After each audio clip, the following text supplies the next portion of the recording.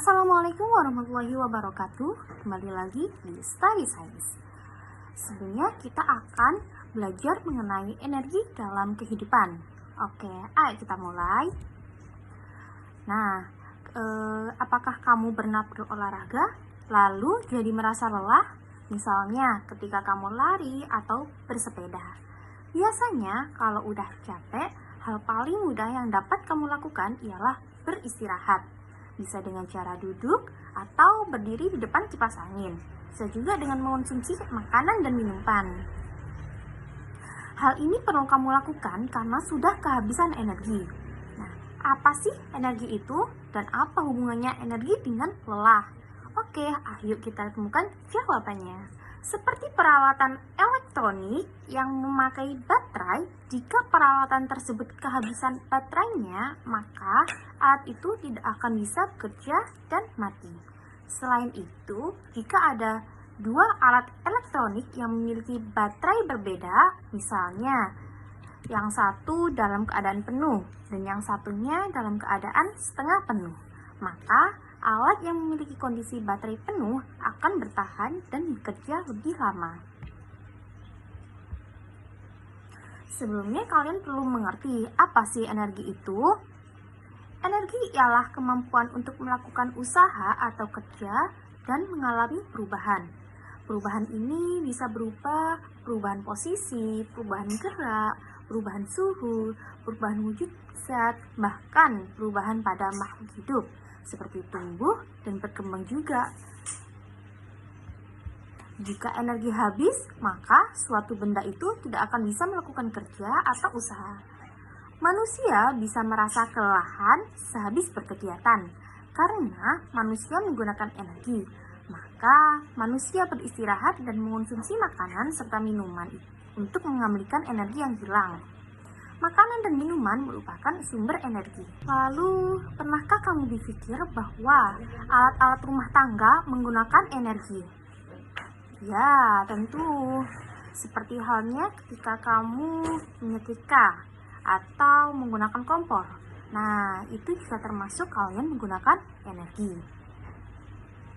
Satuan energi dalam Satuan Internasional SI, satuan dari energi ialah Joule. Selain itu, untuk menyatakan energi dalam bentuk kalor atau panas digunakan kalori dan kWh untuk menyatakan energi listrik. Persamaan satuan energi sendiri dalam 1 kalori sama dengan 4,2 Joule, dengan 1 Joule-nya 0,24 kalori, atau 1 Joule bisa dikatakan 1 watt per second. 1 kWh sama dengan 3.600.000 Joule.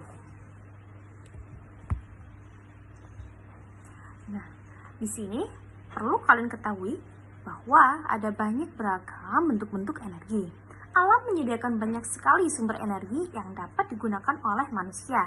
Angin, air, cahaya, minyak bumi, bahkan bunyi pun juga memiliki energi.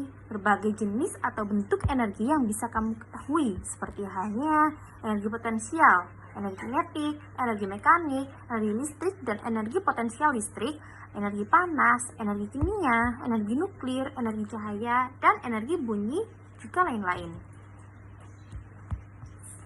Energi potensial merupakan energi yang tersimpan pada sebuah benda atau sesuatu karena posisi atau kedudukannya.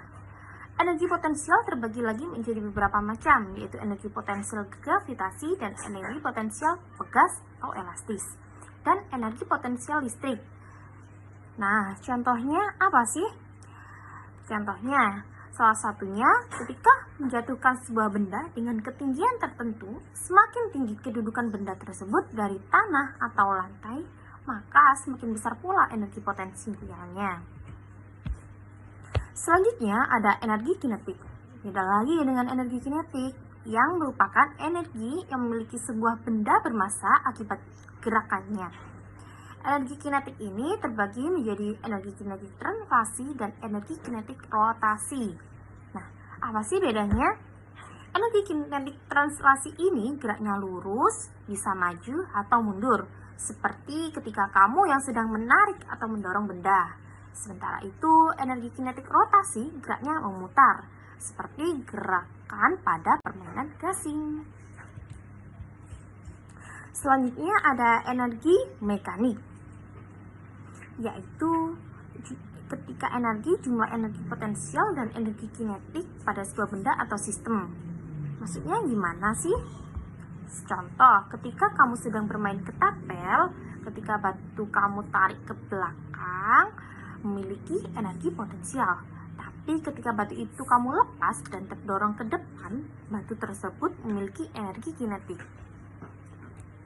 Selanjutnya ada energi listrik dan energi potensial listrik. Energi potensial listrik ialah usaha untuk memindahkan muatan dalam beda potensial listrik. Sementara itu, energi listrik ialah energi yang dihasilkan oleh arus listrik yang bekerja pada sebuah perangkat listrik. Oke, selanjutnya ada energi panas atau thermal, yang dibagi menjadi dua, yaitu energi panas yang tersimpan pada sebuah benda dan energi panas yang dipindahkan ke benda lain atau kalor. Contoh, energi panas yang paling besar dan penting adalah matahari. Energi matahari juga bisa membuat air menguap dan melakukan siklus untuk membuat hujan, serta masih banyak lagi. Nah, selanjutnya ada energi kimia, energi yang terkandung di dalam ikatan atom-atom penyusun sebuah materi. Energi kimia juga merupakan sumber energi yang dapat diolah oleh tubuh makhluk hidup, seperti contohnya pengolahan karbohidrat oleh enzim-enzim yang ada di dalam tubuh. Selanjutnya ada energi nuklir. Nah, yaitu melalui radioaktif dari uranium dan plutonium. Biasanya kita mengenal energi ini dengan nama energi nuklir. Selanjutnya ada energi cahaya.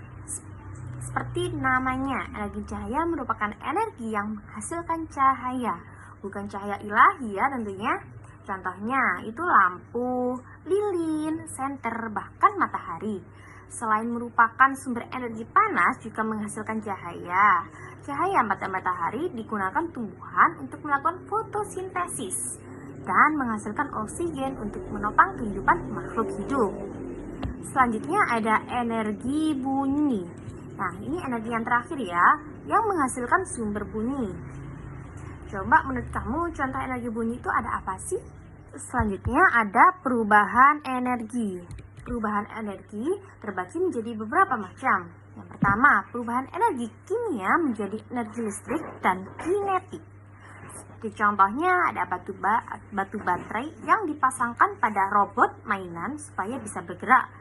Kedua, ada perubahan energi potensial menjadi energi kinetik dan bunyi. Contohnya ketika buah yang jatuh dari pohonnya. Ketiga, perubahan energi listrik menjadi energi panas. Contohnya peralatan elektronik seperti setrika, kompor listrik, oven, dan lain sebagainya. Selanjutnya, perubahan energi listrik menjadi kinetik. Contohnya peralatan elektronik seperti kipas angin, mesin cuci, blender, dan lain-lain. Ada juga perubahan energi listrik menjadi cahaya, seperti contohnya lampu yang kita gunakan sehari-hari, senter, dan lain-lain. Terus ada perubahan energi listrik menjadi energi bunyi, contohnya televisi, klakson, kendaraan, bel listrik, dan lain-lain. Mungkin itu dulu pertemuan kita kali ini. Kesimpulannya, baik makhluk hidup maupun benda di sekitar kita dapat melakukan kerja apabila mempunyai energi yang cukup. Nah, energi tersebut didapatkan dari sumber energi, makanan yang kita makan, baterai, dan bahan bakar yang merupakan contoh sumber energi. Oke, terima kasih. Wassalamualaikum warahmatullahi wabarakatuh.